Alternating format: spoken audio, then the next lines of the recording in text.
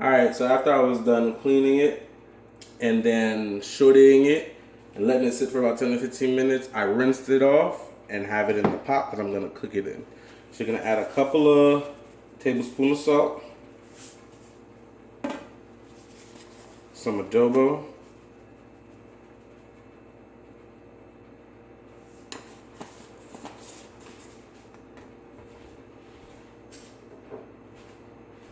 you already know I cannot skip out on the Epis. So a little bit of Epis.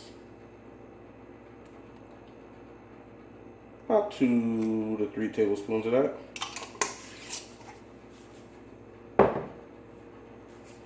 And a little bit of sour oranges. Sour orange, bitter orange, whatever y'all call it where we are from. I like to use the fresh sour oranges, but I can't always find them in the supermarket here. So you can buy this or the Goya brand, and you can still use it as well. So now I'm just gonna go in.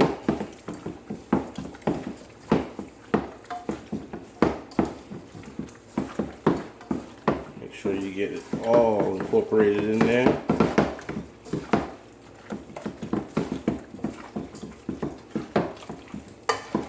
It's really not that hard. It's an easy recipe. Most of the recipes that I'm going to show you guys are easy, except for when we get into the legume. Yeah, I think like legume is probably like the hardest. To me, the hardest Haitian recipe is very intricate and a lot of different things that you have to do. But this chicken right here, the results you're going to get from just simple things you do is incredible.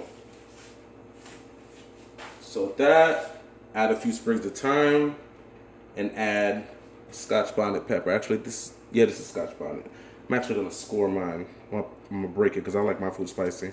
So you can just break it like that and throw it in there. If you don't like your food real spicy, you don't have to break it. You leave it whole and make sure you pay attention to it as your meat starts to boil so it doesn't break. And then one cup of water.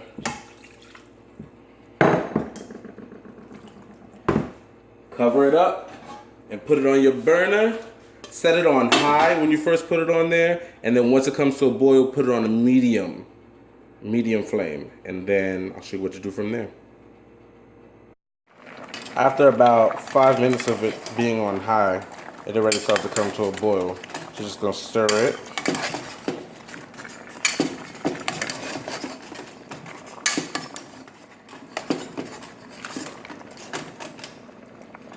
Make sure that thyme is sitting in that broth. Now you're gonna bring your burner down to a 5, cover it up, and let it cook for another 10 minutes. So it's done boiling for now, and I've taken it out of its broth, and we're gonna go outside with it and deep fry it. I prefer to deep fry outside because I don't like the inside of my house, so I don't like grease. So let's go. All right, I'm outside. I'm about to deep fry this chicken. Leave it in the fry until it comes out golden brown. Takes about 13 to 15 minutes. After 15 minutes of frying at 350 is the end result. Now we're gonna get ready to make the sauce. All right, so now I got a new pot. This is the old pot that I boiled the chicken in. This is my new pot. I like the brown meat in this pot more. So 2 tablespoons of canola oil. Whatever oil you prefer to use, you can do that. I just prefer canola oil.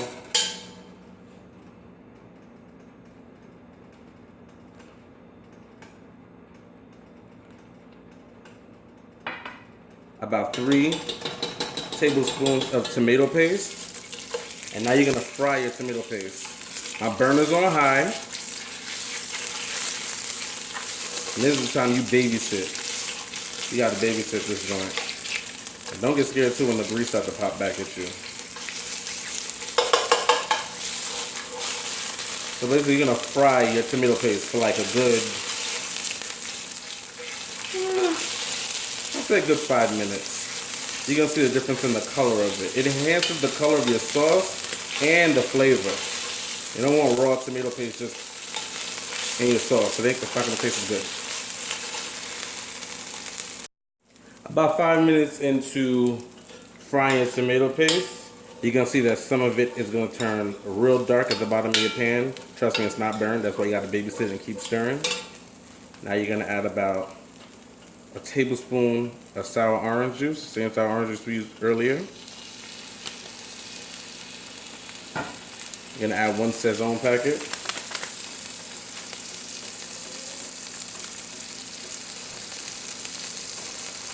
And stir that in.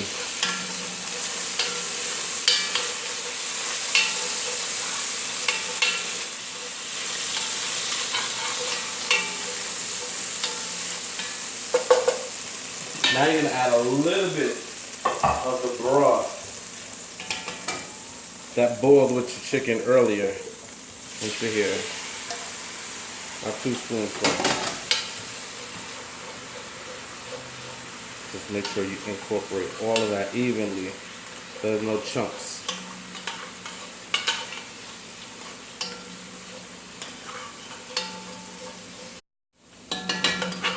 Keep on stirring, make sure you're incorporating it. Add a couple of more spoons.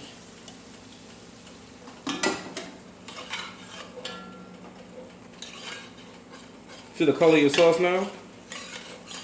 You want that deep burgundy color. You can't stand light skin sauce.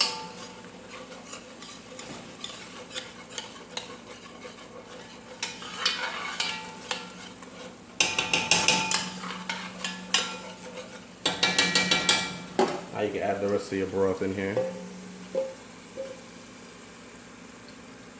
I like to put it right over the spoon, try to get up. All the tomato paste is still attached to it.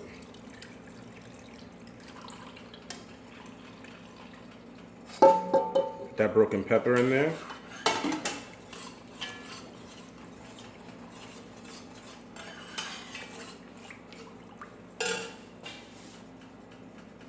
Depending on how much broth you had, it's contingent on how much water you're gonna add to this. You know, some people like a lot of sauce, but the more liquid that you have in your sauce, the less thick your sauce is. I prefer a smaller amount of sauce, but thicker than more liquidy. So I'm gonna add about a half a cup of water to this.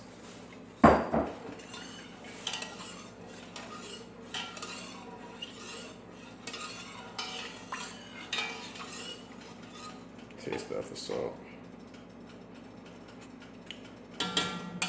Yeah, that's perfect. All right, I'm gonna cover this up and let it come to a boil. And we'll be back. After letting it come to a boil, now you can add your chicken.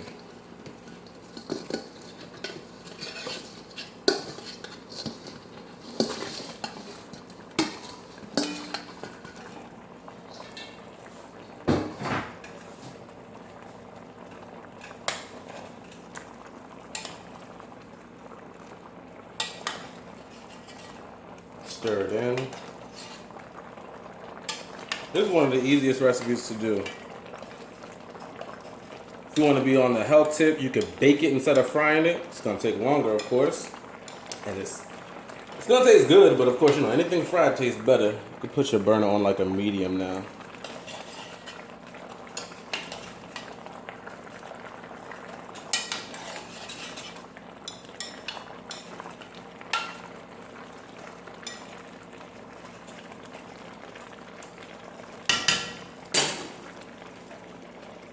Actually, put it on a low. Cover it up and let that simmer for about 10 to 15 minutes. All right. Now, our chicken is done stewing. We're done here. Let's garnish it with some of your bell peppers and the onion. And that is about it. Stir that in. If you like your bell peppers or your onions cooked, you can let it simmer for like another 5 minutes. I don't like mine cooked, so I'm just going to cover it up and shut it off.